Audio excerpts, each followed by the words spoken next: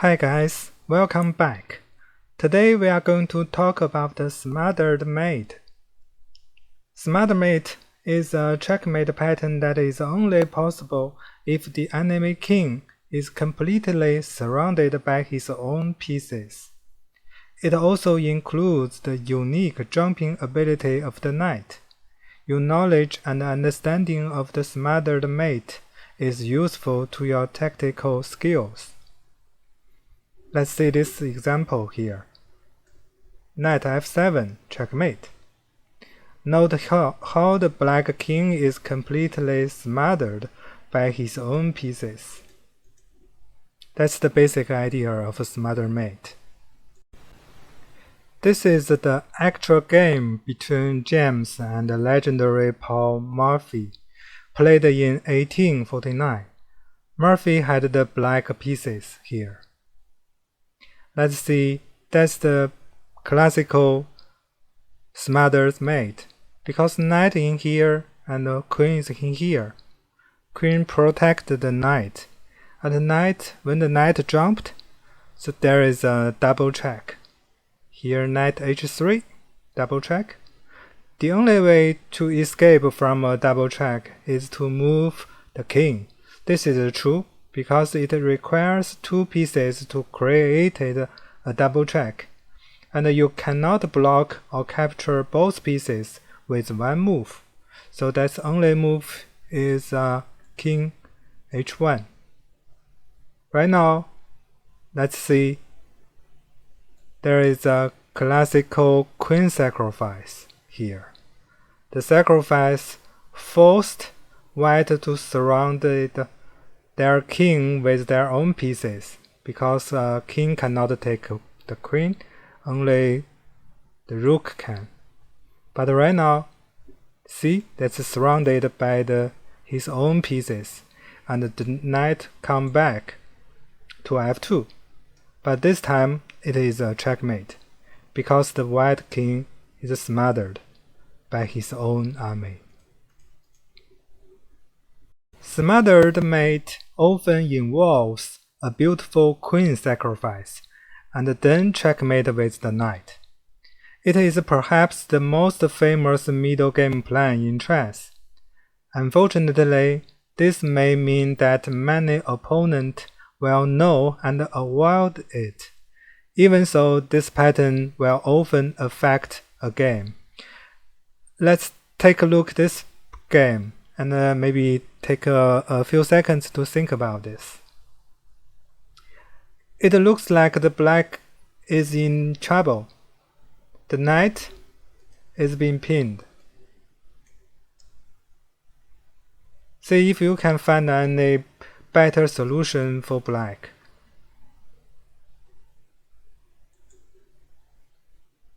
Okay, black's dark square bishop is the secret weapon here. Hope you find this weapon. It protects the queen go inside the white king's home, even though the queen is not invited. But the king cannot kick this queen away. Only the rook can, because this weapon is aimed in g2 g1 square. So only rook can do this. But right now, look familiar? The king is surrounded by his own pieces. One move will be checkmate. This time, black used the bishop and the queen and the knight to finish the smothered mate. Let's see. 3 pieces to finish the job. An interesting note on the smothered mate is that the smothered mate occurs more often in actual games than you might suspect.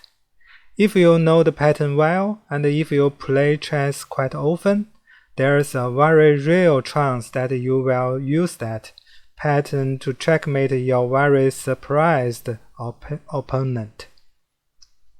In some cases, simply threatening to execute the smothered mate are useful too.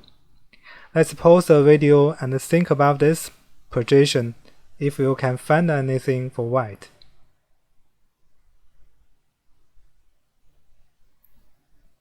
Alright, I hope you find the solution here.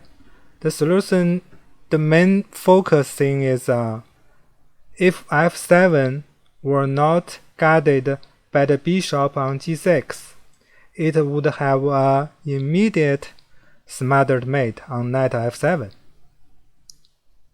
So we turn our attention to the bishop. If we can capture it or distract it, make it move, then we will make our plan work. Notice there is also another threat here in h7, because queen h7 also mate.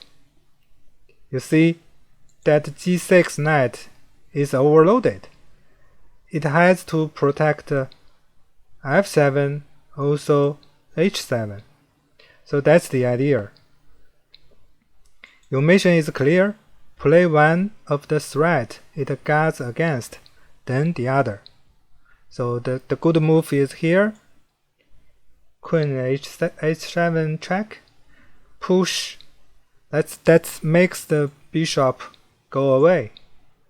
Then this f7 square is free to go for the knight. Smothered mate is completed. Here. Very beautiful mate. Let's have a look at this position. Black has a pawn and a rook down, but black has smothered mate threat. Can you see that? Please pause the video and think for a few seconds.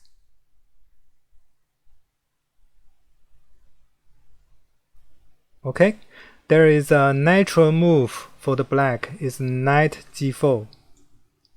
Natural because it creates a mate threat on h2 immediate. When your queen attacks a square next to the enemy king, adding another attacker against the same square is always something to consider. How will white respond? Okay, white's options are very limited. He has to add a protection to the h2. His only way is the queen f7 to protect the h2. This seems to successfully stop the threat against the h2. So now what? Well, notice that the white king is again sealed onto h1.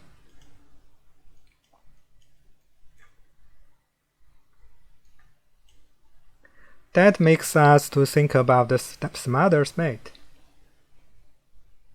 Because this is white's queen protects the white's queen protects the h2, also protects the f2.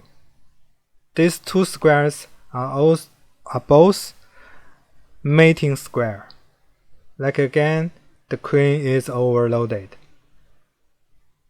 So this time we use queen to take h2, make the queen back to h2. And this time f2 is free to our knight to go to. Here is checkmate. At last, we have a question about how to get to the smothered mate position. Here is a very good and famous idea for achieving a smothered mate. Right now, white to move. Please pause the video and think a few seconds.